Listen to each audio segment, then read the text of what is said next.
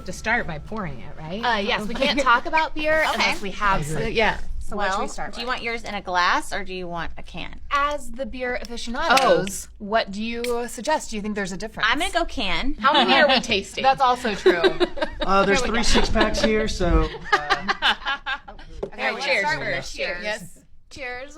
It's so nice to all be together in an Alamo. Agreed. I have to say, I saw IPA on the can. I was like, it's not my favorite beer, but I'm going to try this. This is, I'm not, like, seriously, no joke. Like, usually an IPA, like, hurts my mouth a little bit. Like, it's that hot. Like, it does this thing. This is really good. This is our Cosmic Cowboys American IPA, 7% ABV, so to be enjoyed responsibly. But it's really well balanced. There's a lot of American hops in there. You get a lot of ripe grapefruit and pineapple as well. It's the grapefruit. Yeah. Who gets to name them? Didn't Nate Cosmic Cowboy? He did. Yeah. Okay. Yeah, our Cosmic head brewer Cowboy. named that one.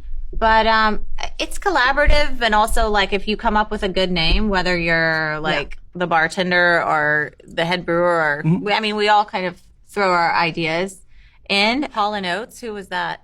That was also Nate, for sure. Although I'm not sure if he still really enjoys that kind of pun. Oh, I got you. So these 3 that we have here, these are like our flagship beers, the Hamilton Pale Ale, the Golden Age, and the Cosmic Cowboy. We always have those. Okay, so family business. Who all in the family is part of the family business? Sister. That's right. The brother.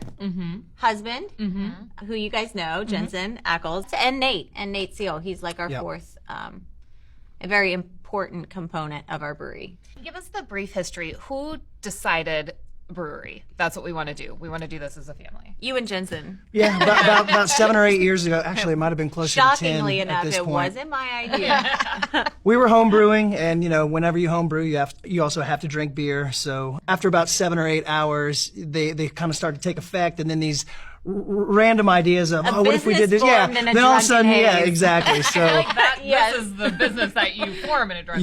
About 40 barrels of homebrew later, we decided let's pull the trigger, put a business plan together, and then if you're going to open a brewery anywhere, where better than Austin, Texas, with the craft beer scene that we have here. So I was a little more hesitant at first, just because there was lots of fire, and there you were was, worried we were going to tanks. blow up the I house. was When we were tapping into the natural gas line at the house, she's just like, whoa, wait hold on a minute. second. And, don't burn Jensen, because he has to, not as First and foremost, Jensen and the house in that order. You guys have the brewery that people can visit in Dripping. Yep. When did that open? That was January 10th of 2018, and we the 2 were of us not bartending. prepared. Very cool. Not prepared. We did kind of a very last minute notice on social media saying, hey, we're kind of doing a soft opening, maybe 48 hours before we opened, because we didn't want to get overwhelmed. We were just going to try and stress test the system. We had 1,000 people show up. The line was from the front door all the way down to Hamilton Pool Road. It was 4 across, 250 deep, and there were 5 of us, and we had 2 little iPad point-of-sale systems, and 30 minutes in, one of them went down. Yeah. And everybody just deer in the headlights behind the bar. Daniel's like, cash bar! Okay, everybody that's got cash. Who's got cash? Nobody.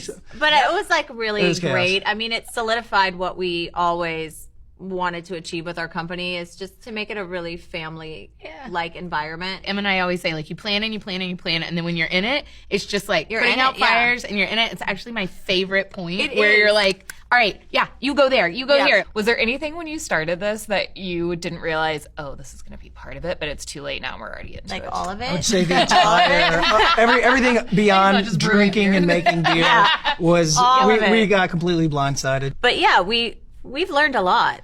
We've learned a lot. I think kind of like what you were alluding to, the devil's in the details as far as how the business is run, and just doing all the research and the due diligence on, all right, well, we want to start self-distributing. What's that going to entail? Or how do you establish a relationship with a large-scale retailer? When you said you're self-distributing, the fact that you're in HEB and Central Market as a self-distributor, that's got to be a huge deal. We love this city, and we're so blessed with all of our vendors, because they really have an appreciation for our beer. And so we've been really lucky, and just with the vendors that we have in Austin. I think the thing we love about Austin so much is the community, and whether it's a restaurant or bar or festival or venue, there's such a support system in Austin to support other smaller businesses. Having that personal touch is so a part of like Austin in general. Like when we started the festival, it was, we want you to know you're in Texas. Like, there's such an emphasis here on local and, you know, family owned. That's just part of our culture here. And so that's why I feel like we're really lucky. Thank you guys so much for being here. This is so fun. Yes. Could definitely talk and drink beer with you for hours. Cheers.